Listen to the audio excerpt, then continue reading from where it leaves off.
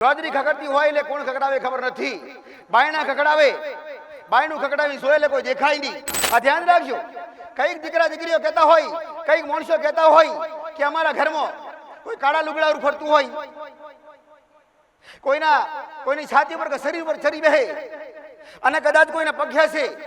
જોંદરીના અવાજ બધાને ખબર, જોંદરી વાળી માતા તો કઈક ને ખબર, પણ આજે અમુક નવા માણસોને ખબર નથી. જોજરી ખકડતી હોય એટલે કોણ ખકડાવે ખબર નથી.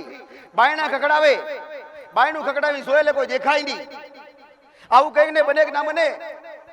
કોઈ દીકરાના માથા દુખે, કોઈની છાતી દુખે, માથું દુખે અને છાતી દુખે અને કદાચ ઘરમાં આભાસ થતો હોય અને જોંદરી વાળી ફરતી હોય, અરે રે અવાજ કોઈ અવાજ કરે, તમારા ઘરમાં કોઈ હોય નહીં પણ તમને એવું લાગે કોઈને બૂમ મારી, કોઈને ટવકો કર્યો, આવું થાય ને તો સમજી લેજો તળિયાની સુડેલ કદાચ ખોટી ના થાય દીકરા.